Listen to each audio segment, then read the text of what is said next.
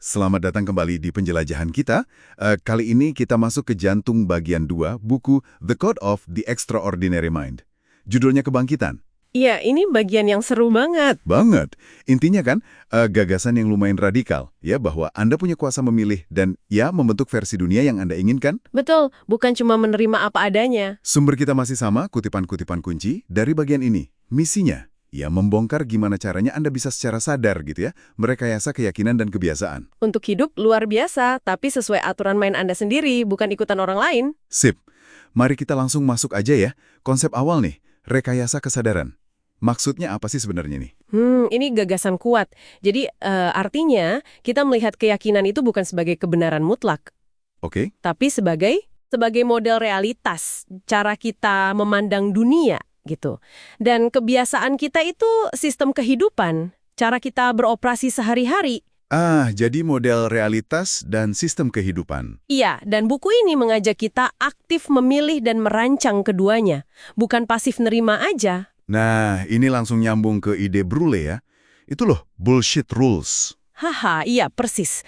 Aturan-aturan usang yang sering kita ikuti gitu aja, tanpa mikir. Kayak otomatis ya. Ingat kutipan Steve Jobs itu. Semua yang Anda sebut kehidupan dibuat oleh orang yang gak lebih pinter dari Anda. Anda bisa mengubahnya. Kena banget itu. Betul. Itu dorongan kuat buat mempertanyakan aturan-aturan ini. Hukum kedua kan, pertanyakan Brules. Tapi gimana kita mulai ngidentifikasi Brule ini dalam hidup kita? Kan seringnya nggak kelihatan ya? Pertanyaan bagus. Seringkali emang nggak kentara. Masuknya bisa lewat masa kecil, figur otoritas, atau bahkan, keinginan buat diterima kelompok. Oh, social contagion itu ya. Ikut-ikutan tanpa sadar. Nah, itu dia, penularan keyakinan sosial gitu. Kita terima aja konstruksi budaya, padahal banyak yang udah kedaluarsa. Penulisnya sendiri cerita kan, gimana dia mempertanyakan dogma agama keluarganya. Sejak remaja ya dia? Iya, kuncinya mulai tanya mengapa. Kenapa saya percaya ini? Kenapa saya melakukan ini? Terutama pada aturan yang rasanya ngebatasin atau nggak masuk akal buat Anda. Oke. Jadi langkah pertama, tanya mengapa. Terus bagian selanjutnya nih, soal mengganti model realitas. Wah, ini kedengerannya... Berat ya?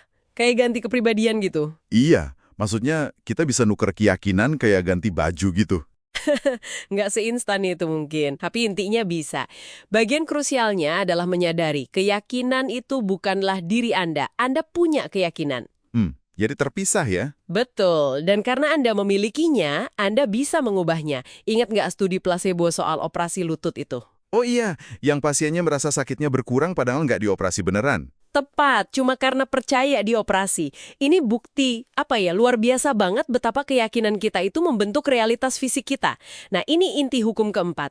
Tulis ulang model realitas Anda. Wow, contoh dari buku juga kuat banget ya, yang penulis ngubah keyakinan soal uang pakai hipnoterapi, atau soal daya tariknya yang berubah gara-gara satu komentar cewek itu. iya, itu nunjukin dampaknya bisa personal banget dan ngubah hidup ya. Jelas, perubahan model realitas itu bisa kayak buka pintu yang tadinya nggak kelihatan sama sekali.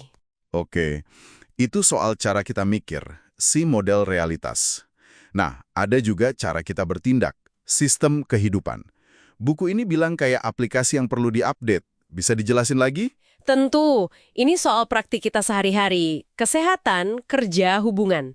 Seringkali kita pakai sistem yang, warisan aja atau nggak efisien. Nggak pernah dievaluasi gitu ya? Bisa jadi.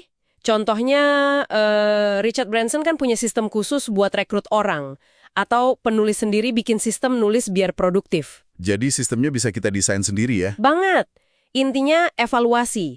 Sistem yang Anda pakai sekarang ini efektif nggak buat bawa Anda ke tujuan? Hukum kelima kan tingkatkan sistem kehidupan Anda. Mendorong kita buat evaluasi dan update terus. Alat kayak non-negotiable set points, standar minimum yang nggak bisa ditawar, misalnya bisa push up 50 kali kapan aja, itu buat apa tuh? Kembangan. Oh, 12 area itu ya, mencakup karir, keuangan, spiritualitas, gitu-gitu kan? Betul. Jadi kita pastiin sistem kita jalan bagus di semua aspek penting itu. Lalu ada konsep membengkokkan realitas. Ini jujur kedengeran kayak di film fiksi ilmiah. Emang namanya keren ya. Tapi maksudnya itu kondisi di mana kita bahagia sekarang sambil tetap punya visi masa depan yang menarik kita maju. Jadi nggak stres ngejar tujuan, tapi juga nggak stuck di masa kini tanpa visi. Persis, keseimbangan itu. Kebahagiaan di saat ini justru jadi bahan bakar. Ada studi kan, orang bahagia tuh lebih kreatif, lebih produktif. Yang dokter dikasih permen itu ya, diagnosisnya jadi lebih cepat. Nah, ya itu. Caranya pakai Blissipline, disiplin kebahagiaan. Bliss disiplin. Disiplin dan bliss kebahagiaan ya? Betul. Ini praktik sadar kayak rasa syukur, fokus pada kemajuan, bukan kekurangan sama pengampunan. Penting banget buat lepasin beban emosi.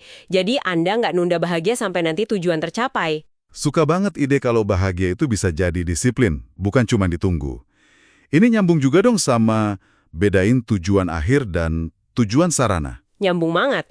Tujuan akhir itu kan esensinya. Cinta, bahagia, bertumbuh, kontribusi, pengalaman inti yang jiwa kita inginkan. Kalau tujuan sarana, Itu cara mencapainya. Gelar, jabatan, uang, rumah mewah. Seringkali kita kejebak ngejar sarana, lupa sama akhir yang sejati. makanya ada latihan 3 pertanyaan terpenting itu ya, untuk gali tujuan akhir kita. Ini masuk hukum ke-8, ciptakan visi masa depan. Tepat, visi yang didasarkan pada tujuan akhir yang otentik. Nah, kalau kita udah fokus ke tujuan akhir ini, katanya bisa mencapai kondisi unfuckwithable. Istilahnya, berani banget ya. Artinya apa nih? Haha, iya, istilahnya kuat emang. Menjadi unfuckwithable itu artinya kebahagiaan dan harga diri Anda itu nggak lagi bergantung sama faktor eksternal, validasi orang lain gitu. Jadi nggak gampang goyah sama omongan orang. Persis, Anda sadar nilai diri Anda, paham kalau Anda itu cukup, I am enough. Mengatasi penyakit nggak cukup yang kata Mari Sapir itu penyakit terbesar manusia. Wah, dalam banget ini. Jadi Anda fokus ke tujuan akhir Anda, panggilan jiwa Anda. Kritik atau pujian ya lewat aja. Nggak ngaruh ke inti diri Anda. Oke. Jadi, kalau dirangkum nih, inti dari kebangkitan ini, kesadaran bahwa kita ini arsitek realitas kita ya, bukan penumpang doang. Model realitas yang memberdayakan dan nge-update sistem hidup, kendali itu ada di tangan kita. Kuncinya di kesadaran dan pilihan berarti ya? Tepat sekali. Ini bukan sulap instan, jelas, tapi proses berkelanjutan. Kekuatan buat milih versi dunia yang ingin Anda huni itu, ya, nyata dan ada di dalam diri Anda sekarang. Nah, sebagai pemikiran penutup nih buat Anda yang dengerin, coba deh renunkan, apa satu rule, satu aturan usang, atau keyakinan yang ngebatasin yang bisa mulai Anda pertanyakan hari ini? Langkah kecil itu bisa jadi awal perjalanan besar. Betul, awal menuju realitas pilihan Anda sendiri. Oke, sampai jumpa di pembahasan kita berikutnya ya.